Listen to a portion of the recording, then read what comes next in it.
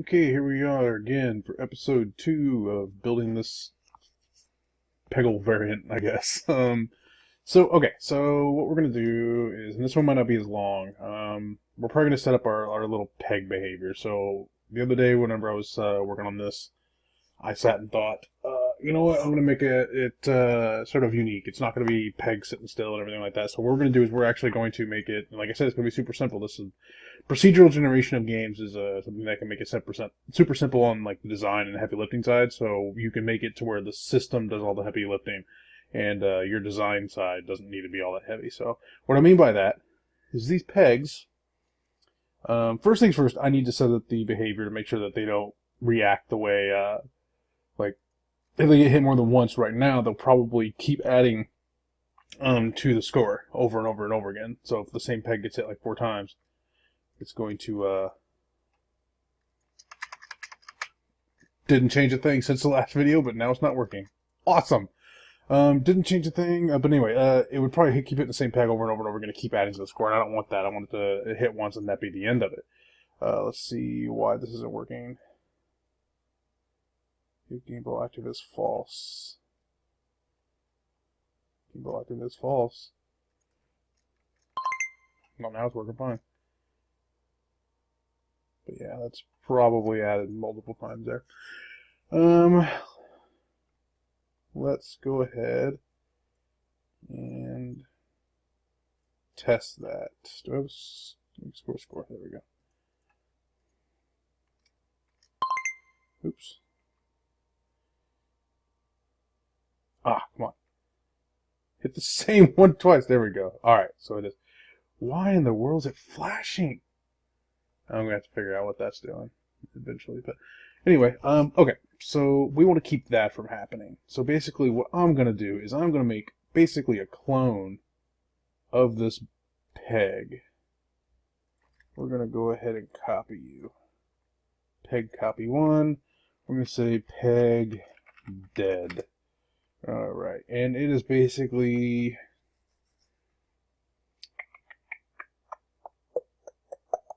actor.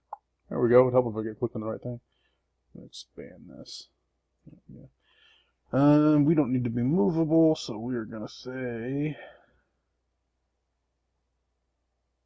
Oh, it's already not movable. Okay, good. Well, yeah, since I copied it, it takes all the same attributes as the one I copied. Okay, so we got peg and peg dead. Let's go ahead and make peg dead a different color. Let's say red. Sure. Show up black. That's okay. Okay, so what we're gonna do is whenever. Why is this empty? Did I not put any behavior in the peg?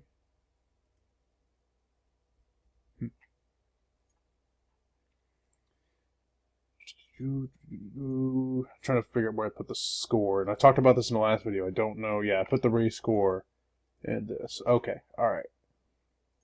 In the ball, which I can still keep it there and be fine. Alright, so peg, whenever you will collide with the ball, I want you to spawn. Oop. Well, no, that won't work. Yeah, it will. Spawn actor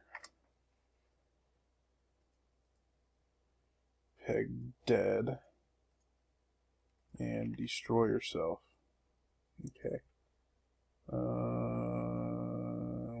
Look at our ball.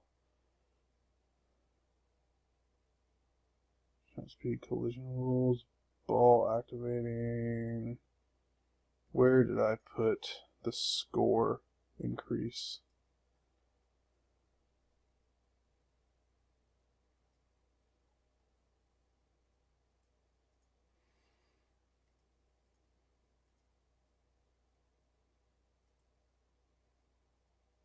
This is the ugly side of game development.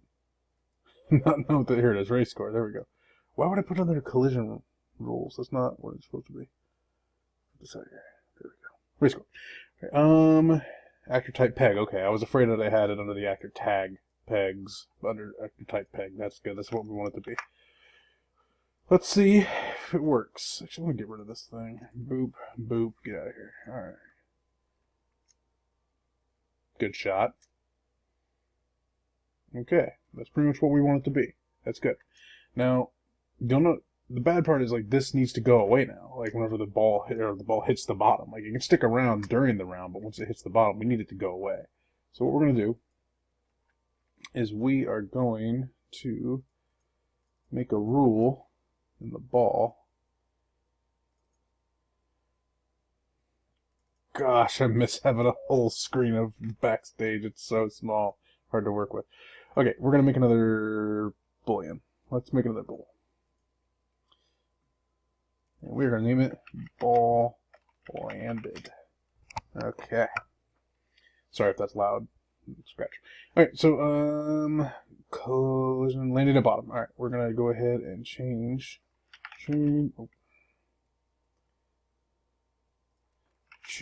attribute, drag it up here above the destroy.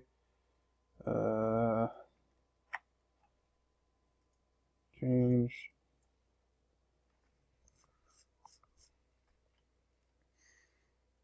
Yeah, let's do it here. Ball landed to true. Alright. And then in our GM, I could make the bottom barrier the GM. Shoot. You can see how this could get really complicated really fast. Alright.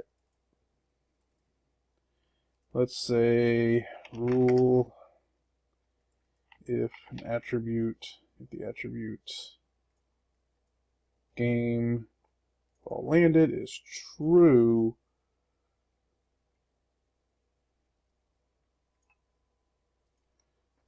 timer, let's say 0.5 from the completion. I don't think I need run to completion on this. No, I shouldn't. If I'm the only person changing it, I shouldn't need run to completion. Or if this actor is the only actor that's changing it, I shouldn't need run to completion. Okay, if that's true, timer, now change attribute game ball landed to false. Okay, so now we've got it to where our wait, I want that on. Why would I want that off? Ball has landed. Okay, so I want this on. I don't know why it went off. I guess maybe I clicked it accidentally, but okay, so now we've got it to where whenever the ball hits the bottom, it's going to toggle that on, say, hey, the ball has landed, and then half a second later, the GM's going to say, oh, that's, let's turn it back on. And the reason, and that won't do anything. Like if I test it out real quick, we won't see it do anything. Nothing, no change. What we're going to want to do is in these dead pegs, peg dead, we're going to say rule attribute if game ball landed is true, destroy this actor. Wreck yourself. Perfect. Alright, let's test it out. Hey, there we go. Long term, we'll probably end up putting in an animation, making it a little flashier. It's not gonna, just blink out like that. That's not a good thing. Alright, so what else? That's a good behavior there. Let's say we set up a guide, though. You'll notice a lot of these, the Peggle has a sort of a guideline that comes out of your cannon, or whatever you want to call it, that sort of shows where your shot's going to go. What we could do is just clone the ball. Problem is, that'll basically be like the super guide if we just clone the ball. So we're going to start off with that. We are going to start off with cloning the ball. Let's do that. Let's clone the ball. Build the wall. No, don't build the wall. Okay, ball copy. Ball guide. How about that? Let's see. We don't need land at bottom because we don't actually want this to do anything other than just do its thing. Raise score, don't raise the score. Actually, we don't even really need the collision rules. We're going to set something like that up. Ball active, don't need that. Okay, so basically we just have the movement, and that's pretty much all we need for this right now. But what we do need is we're going to have the cannon spawn its guide, spawn the guide. So timer, let's say every 0.2 seconds. Spawn actor. And I'm sure there's an easier way to do this. I mean, or a more elegant way to do this, I'm sure. But a ball guide. Let's say behind actor. Ball guide. Let's see. Okay, that's pretty much. Oh, why is the rotation getting all funky? Why in the world is it doing that? Just another bug to figure out. Add it to the list. Figure out cannon rotation. Okay. Okay. Back up. All right. So it's not. It's starting the guide. It's using the exact same stuff that we wanted to. Get this out of the way. There. Okay. Alright, so we got it working like that. We want to... Alright, so we don't want it to basically be super guide. We want it to try and destroy itself. So rule, if you collide with... What all do we want it to destroy when it collides with? We want it to destroy with the wall. Collide with a peg. Or collide with the bottom barrier. Alright, so if it does any of those things, actually we want to change this to any, or that will never happen. I can't collide with all those at the same time. Just destroy. That's it. I think we have our guide done. Maybe. Wreck yourself again. Alright, let's see. Let's see what we got.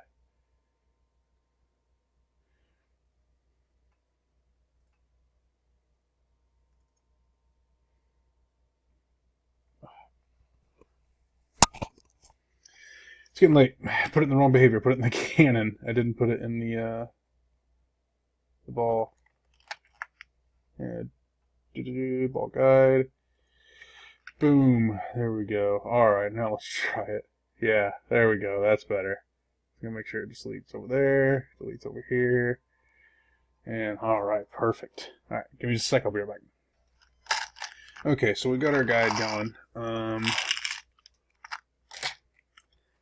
Working okay. I don't like how it stands out a lot. I think it needs some... I can end up doing this in the art stage of the game, where I just make it have translucency, or I could just come into color alpha, set that to like 0.4. You know, I probably want to keep it the same as the ball. What's the color of the ball? Oh, same color. Yeah, there we go. That'll work. There you go. It looks like a spooky guide. Ooh, but I do want to turn off the guide while the ball is active. Okay, alright, that's another thing we can do. Let's see, let's get to our cannon. Ball guide. And we already have an attribute to help with this. That's just the timer. Let's go ahead and make a rule. Rule. We'll drag this into the rule. I'm going to expand this. Ball guide. Put that in the do. And attribute. And we already have an attribute to test whether the ball has been launched or not. And we can just use that one. Ball active. If ball active is true. Ball guide. Ball guide. Timer. I do kind of wish that they would do a better job of color coding a lot of the behaviors. This is obviously timer. I wish it had a different color than the rule.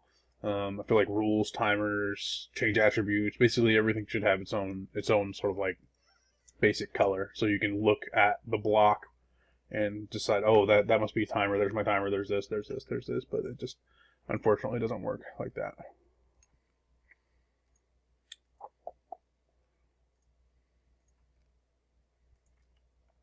There we go. All right, turned off. I don't like how whenever I launch, there's still an extra one.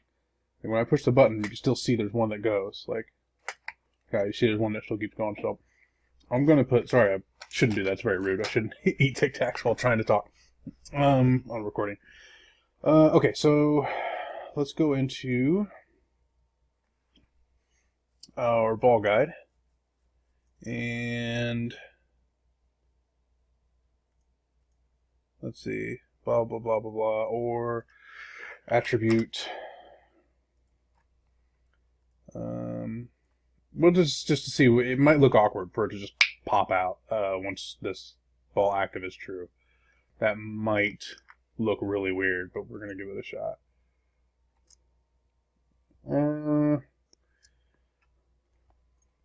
I wonder if we made that an interpolate over a very small increment of time. And let's try that. We're going to see if attribute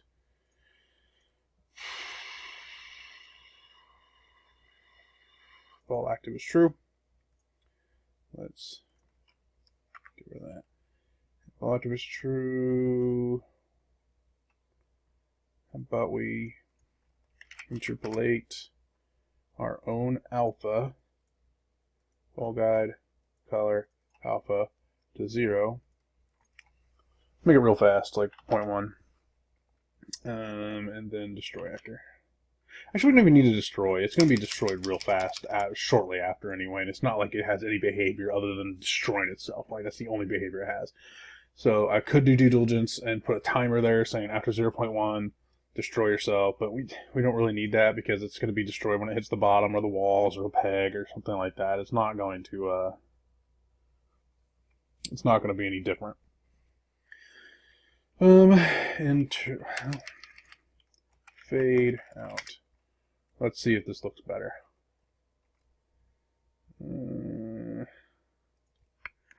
Let's play with that number. If you don't bite into a tic tac when it's getting really small and brittle, you're an animal.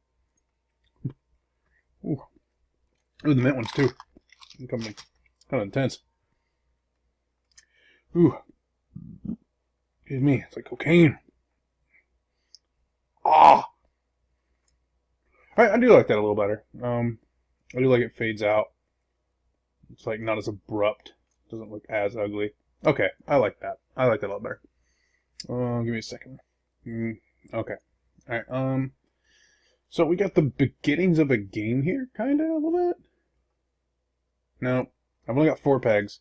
Now, I need to make a very important decision. If I want to have, like, various levels of, set up to where I set, like, 1,000 different patterns on these things and, make a little overworld and people go through the levels and, get scores on them and stuff like that. Like, but that's far more complicated than I want to go. Like I said, I want this game to be super simple. I want to be able to finish it, like, in a couple of days. And I think that's not the way to go for that. So what I'm going to do is I'm actually got an idea to skin this game in a certain way that'll be presented in a very particular way. And I might flesh it out at a future date, make it considered more complex. I don't know. But we'll have to see. So what I'm going to do is I'm going to put a behavior on these pegs, and the behavior, there we go, prototype. What do I have here? Get hit. Get hit. There we go. Alright, what we're going to do is whenever the ball lands, rule if ball attribute, I think I can actually type in these. No, I don't think so. Attributes. It'd be nice if you could type in those and it would just like find the attribute you're looking for, maybe, but I get why it doesn't. Okay, so if ball landed is true, let's say move. in a direction of 90 at a speed of, say, 300 relative to scene. We want to make that for a certain amount of time, or else we'll just keep moving. Move timer. Let's say for a second. For a second. 1 second. I want you to run up. I want you to run to completion. Now, the run to completion, the reason that exists is it will do what's in the timer box. Like if the behavior has been triggered, if the timer has been started, it will finish what's inside the box no matter what. The reason you wouldn't want that sometimes is just because, like, say, I want to kill the player if he's been outside of, the safe zone for like 5 seconds. So if you had this run to completion, and then it was inside a rule checking to see, like, if the player had run outside of the zone and, like, triggered a bull, that turned to true, that is, like, the player is outside of safe zone, you would start a timer for 5 seconds, and if it got to 5, it would kill the player. Now, run to completion would make sure that even if the player left and then came back into the safe zone after like 2 seconds, if the run to completion box is ticked, he'll die. Like, he'll die. It's definitely important to know how this box works. So, actually, give me just a moment. Okay, so anyway, that's what the run to completion is. It's if you didn't have this checked in that kind of instance where the player runs out of the safe zone, runs back in, it would stop. Like, so, like, say it's the player was out for 2 seconds and then ran back in, it would be like, all right, I'm not gonna do it. This thing is no longer true. I'm not gonna run completion. At least that's the way it's always been explained to me, and I haven't had too many situations where that is something that I use, but yeah, there you go. Move up. Okay. Comes back down. And let's see what you got. Boop, boop, boop. Oh, that won't work. Because peg, it is listed as non-movable.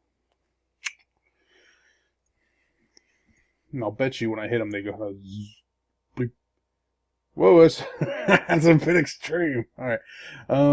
See, I don't like that. I'm gonna have to find a way to get around that because whenever I hit it, it kind of jerks down a little bit. I don't like that at all.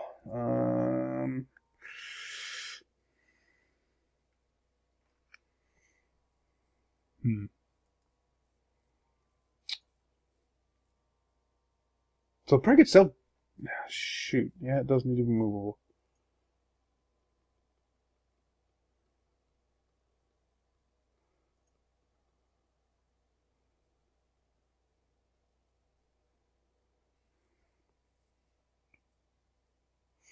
Kind of curious if messing around with the drag or the friction will help with that, or the density. Let's give it like a density of like 10. That sounds high. Let's go with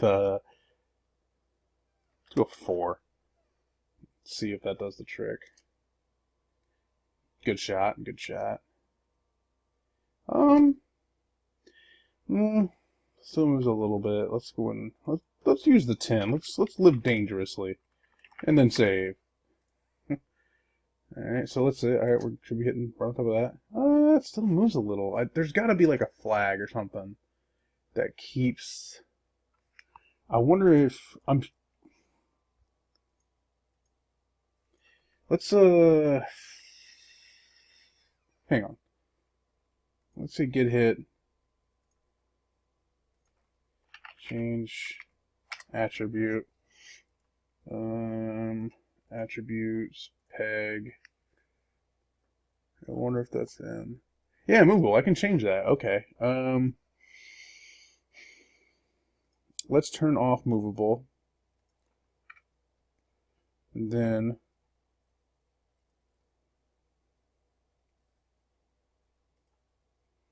yeah, if you get hit, let's close this timer. I don't want this timer there. Move up. Enemy speed. I kind of want to make that a variable at some point, but for right now, I really don't. So I'll leave it like that. Move up. All right. Change attribute. Boop. And then let's go ahead and say game peg physics movable to true. Alright, and that will have to go above. Oh, no, wait, it's already above. Yeah, okay. Alright. And then timer. How much did we. What's the timer on this? For 1 second. Okay, so after 1 second. Not every, after. Okay, after 1 second. I want to make sure this runs to completion. I'm sure it'll be okay without it, but I don't. Let's change it. Let's just leave it. Just test it out. No reason to sit here and rack my puny brain over trying to get it figured out.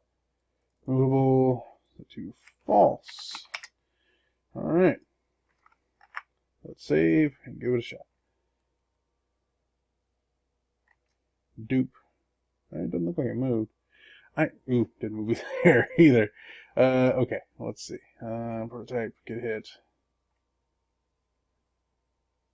Okay, that's fine right there. If game ball landed, change attribute, movable to true. Alright, I'm movable. Now move up. Then after a second, change movable back to false.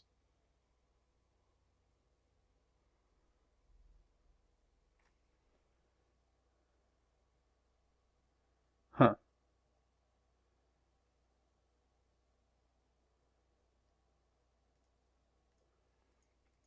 Let's display text. Let us display our movable status. False, alright. True, false. So it's not it is changing the attribute, but it's not actually moving. Oh, what did I just do? Did I just delete something? Oh, just the display text. Okay, that's all I wanted to delete. Okay. So I'm gonna pause this for a minute and see if I can't figure this out, and then I'll get back to you with the solution, if I even have one. Okay. Terribly sorry about that. So, what was the issue we were facing? Oh yeah, the movement of things, and them not moving. Yeah, I don't know that we're gonna be able to have a direct resolution for that right now. So what I'm going to do is I'm just going to go ahead and say, whatever to it at the moment, and have to deal with like the little minute bit of movement, and probably do some research on the forums and stuff. And that's really what a lot of learning to make a video game is doing the research, doing due diligence, trying to find out how the engine works, its little quirks, and no matter how big the engine is, no matter how amazing it is, it's going to have little quirks and stuff like that. Like there's going to be bugs that you're going to run into, and you're going to post it on the forums and find out like 100 other people have faced it and have to deal with a whatever kind of mentality. It's going to have to be one of those things where you're going to have to deal with this until like a patch a year down the road. And then that'll finally fix it, but then it will end up introducing 1,000 more things. So, alright, so let's keep it moving. We're just going to get rid of the movable stuff for now and make it movable. That's just what we're going to have to do for the mount right now. I might set the density up like stupid high, like 50, and hope for the best for the time being.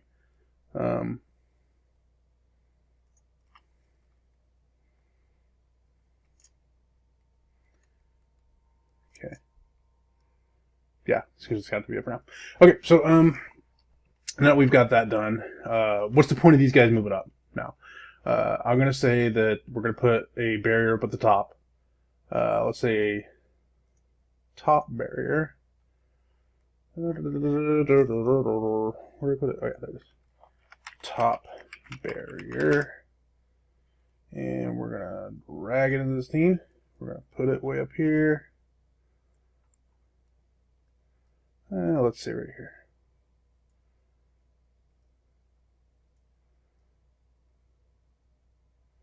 Okay. And you are going to be not movable, eventually not visible, but not movable. These are when they move up. Let's put a behavior on them. So rule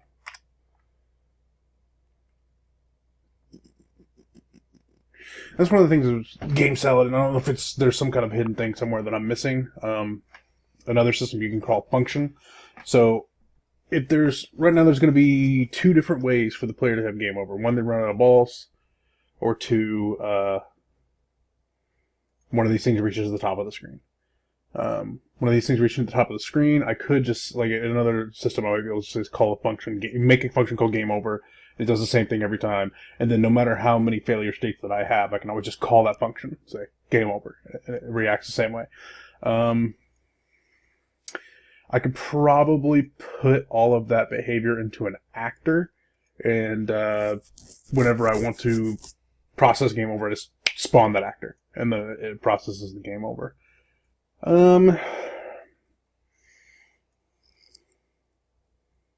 Yeah, we could do that. Let's not do that for now, but I think that may end up what we end up doing. Okay, so let's go ahead and move on. Yeah. Game over.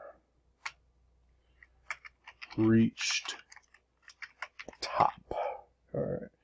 So if you have collided with top barrier, because eventually our game over is going to be considered more complex. It's not going to be just resetting the game. It's going to be checking for high scores, recording the proper high score, moving down the high scores. You know, for the ones that haven't that you've beaten. Our game over function is going to end up being considerably more complex. But for right now, for the prototyping stage, it's not. It's just going to be reset the game. Reset the game. Yeah, I mean, we're even going to put in our fade in, fade out as part of that as well. So our game over function is going to end up being considerably more complex, but not right now. So let's go ahead and test it out.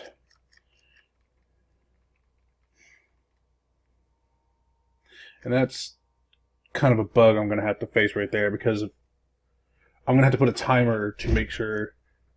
Hang on just a moment. Okay, terribly sorry about that. Alright, let's go ahead and give this a shot. Something has gone wrong here. There it goes. Okay, that was weird.